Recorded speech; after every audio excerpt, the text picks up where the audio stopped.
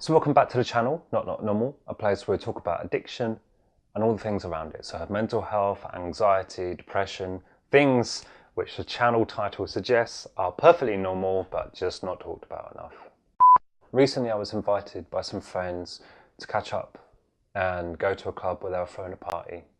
They're friends I hadn't seen for a couple of years. And bearing in mind that I've always worked in music, I would spend a lot of time in clubs, working, or just socializing.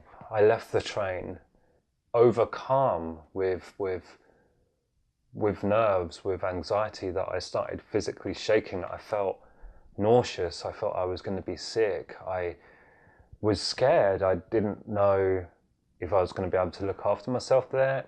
I didn't know what to say to friends. It's important, if you've had a problem in the past, you need to get out there and carry on living your life and not let this thing beat you. Perhaps you've had friends you've had to cut out of certain areas of your life now because they have enabled you in the past, or because they're linked to bad memories. You know, you need to make new memories, you need to make new friends, you need to make new stories, fall in love, or like make a complete tit out of yourself. This is like the basic things of life, and you can't let this problem prevent you from experiencing life. So here's a very basic guide to partying sober. Plan the night out. The essential part of all of these steps require planning.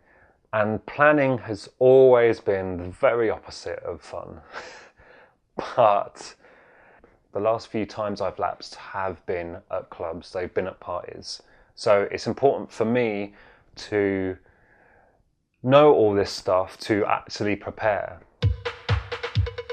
Have a safe person there who knows the situation. I make sure there's someone I know there who's going, who I can trust. They can steer me away from certain scenarios in a place.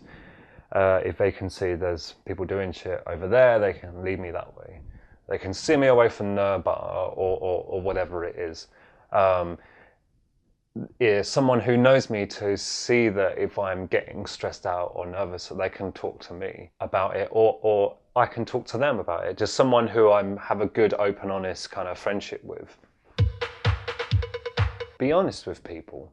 Talk to that person if you're having a problem, if you're feeling overwhelmed by temptation. Being honest is hugely important in recovery. And if you're not honest with yourself, you can't be honest with other people, and other people can't help you. On the subject of honesty, I've been at parties before and I've been talking to people and I've been offered stuff in the past, and I've just simply told them that, you know, I can't.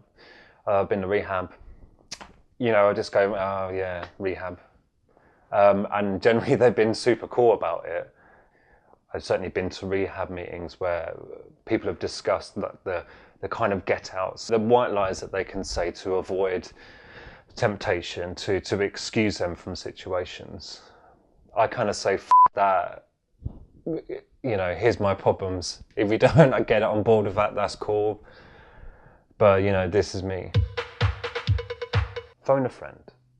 If you're at a party and you find yourself without someone you can trust to talk to, I first give a question: what the f are you doing at this party? Do you even know anybody there? But say, for example, you have a friend and they've got inebriated or whatever. You're feeling tempted. In the past, I've just gone on to Facebook and had a little vent. People know on there of my situation anyway, so it's been a good place to get support. Or you could send a text message to a friend, or you could call a friend. To have that place to take your brain to, which is away from the here and now of the party. Leave and go for a walk around the block. When the options of drugs have come up before, my brain hasn't exactly gone, oh, drugs, that's cool. Should we take the drugs? Because I kind of really want to. And then the other part of my brain's gone, well, you know, it's kind of like ruined everything so far. It's not like I've thought in a coherent way, like, should I do this, and weighed up the pros and cons, because that's a very rational thing, and addiction kind of works on the unrational and impulses. Give yourself the time to kind of think by just exiting and just going for a walk around for a little while, calming down, and just kind of think in a rational way. Don't take much money with you. Certainly enough money that I couldn't afford anything if I was offered anything from a dealer. Clubs and parties don't usually have cash points, so, and friends wouldn't usually lend me 50 quid just on a random night out. So to be able to not physically buy the things, you know, that's a simple way out. Remember what makes for an actual fun party. Usually it's like some good music, but mostly it's about good friends, and for me, just the ability to talk quite a lot of endless bullshit. It's not usually drugs. Certainly drugs come up a lot in memorable bad times, and they're not ones that I want to replicate. Have an exit plan. So if you're at a party, you want to get out of there because you're not having a good time, you have a friend you can go to kind of any time. Especially perhaps if the club or wherever it is a long way for you that you can't necessarily get back to yours.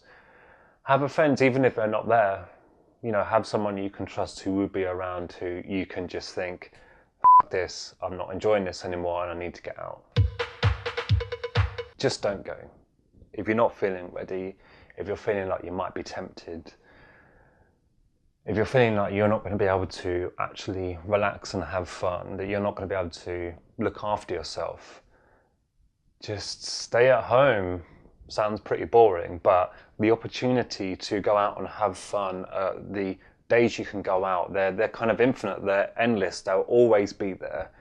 You just want to look after yourself to make sure that you will be there, to have the option to do these things in the future.